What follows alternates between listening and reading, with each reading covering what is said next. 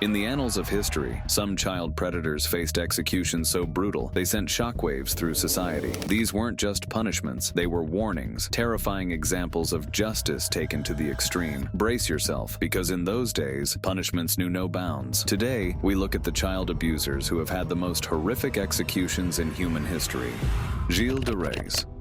Let's go back in time to one of the earliest and most infamous child predators in history, Jeil de Ass. Once celebrated as a hero of the French military, Jeil de Ass is now remembered for his horrifying descent into darkness. Born in 1404 to noble parents, he was an intelligent, cultured child, fluent in Latin and skilled in the art of manuscript illumination. His early years held much promise, and he even fought alongside Joan of Arc during the legendary Siege of Orleans. By 1429, Rice had earned the title of Marshal of France, becoming one of the nation's most respected military leaders. But behind this noble facade, a darkness was lurking. But beneath this noble facade, a sinister side began to emerge. After his military career, Rice squandered his wealth on extravagant living. With his fortune gone and his social status crumbling, he began a terrifying new chapter in his life, one that would forever stain his legacy. Around 1430, Rice turned to the occult, believing that he could summon a demon to restore his fortune. With the help of his accomplices,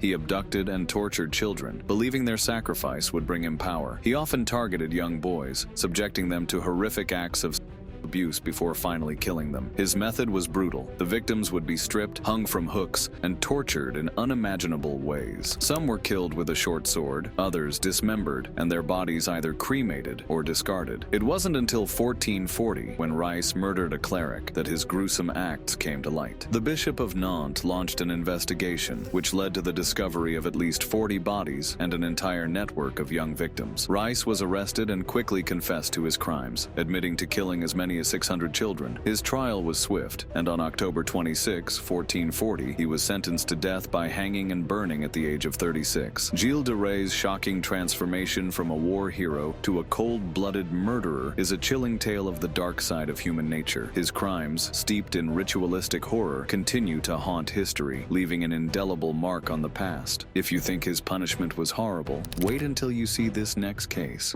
Peter Stump. Now let's talk about the terrible story of Peter Stump, a man whose name has become synonymous with werewolves, witchcraft, and horrific acts of cannibalism, but also with one of the worst executions in history. Known as the Werewolf of Bedburg, Stump's life would take a dark turn that made him one of the most infamous figures of his time. Born around 1530 in Germany, the details of Peter Stump's early life remain largely unclear, but he was a prosperous farmer living in a small, rural community. In the 1580s, Stump was a widower with 2 children, but his peaceful life would soon be shattered by a series of horrific events. In 1589, he was arrested and accused of horrific crimes that stretched over 25 years. After being subjected to excruciating torture, he confessed to practicing black magic since the age of 12, claiming that the devil had gifted him a magical belt that transformed him into a fearsome, bloodthirsty wolf. With glowing eyes, sharp teeth, and a monstrous hunger, Stump recounted his gruesome acts with chilling detail. His confession painted him as an insatiable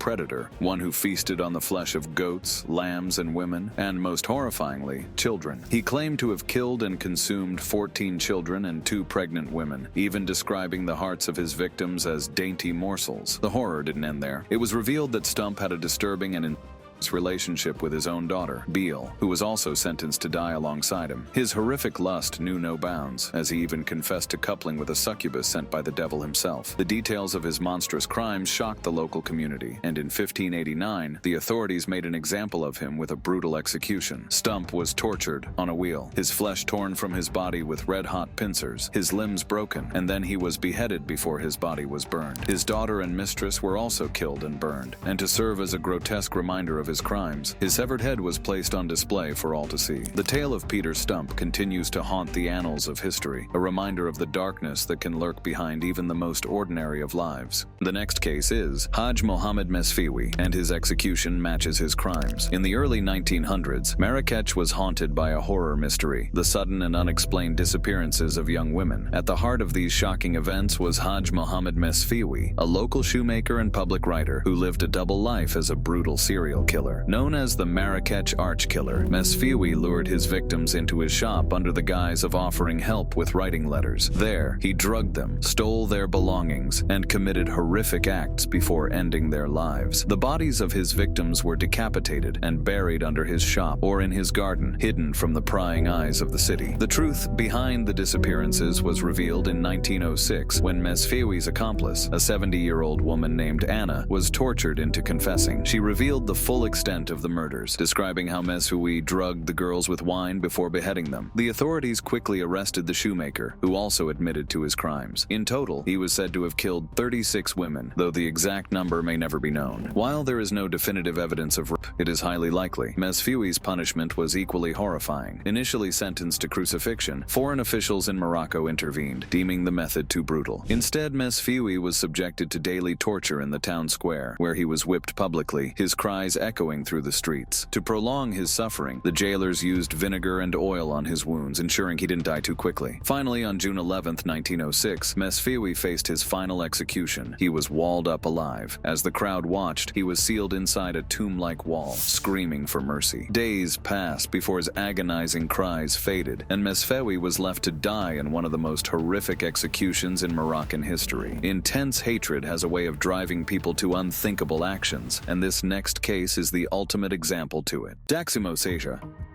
Simmons, a woman whose overwhelming hatred for child predators led her to commit a horrific crime, will spend the rest of her life in prison after she killed and dismembered an alleged sex offender. Simmons, 38, was sentenced to life without parole after a 2-year-long murder investigation. The case began in April 2022, when Simmons was arrested in connection to the murder of 48-year-old Daimos. At the time, Seja's body had not been found, leaving authorities with little to go on. It wasn't until a year later, following an anonymous tip, that human remains were discovered in a drainage ditch. After identification, officials confirmed the remains belonged to Seja, a man with a history of sexual abuse offenses. Prosecutor Sharon Flaherty explained that Simmons acted out of her unrestrained hatred for anyone involved in child sexual abuse. Seja was a registered sex offender with a past relationship involving a 17-year-old girl when he was 25. He had also been wanted for failing to comply with sex offender registration laws when he was killed. This information fueled Simmons's rage, ultimately leading to the brutal murder of Seja. According to investigators, Simmons shot Seja in a garage, then dismembered his body and stored the remains in a freezer. She later transported the body parts in a van. DNA evidence found at the scene tied Simmons directly to the crime. Simmons was convicted of first-degree murder, violent crime with a weapon, and tampering with evidence. She was sentenced to life in prison without parole, along with additional years for tampering with the deceased body and physical evidence. Although her actions were driven by a deep-seated anger toward sexual abuse, the brutality of her crime left a lasting impact on the community. What happens when people take justice into their own hands? Our final story is about a case of vigilantism and the dark consequences that followed. Sean Connery showers.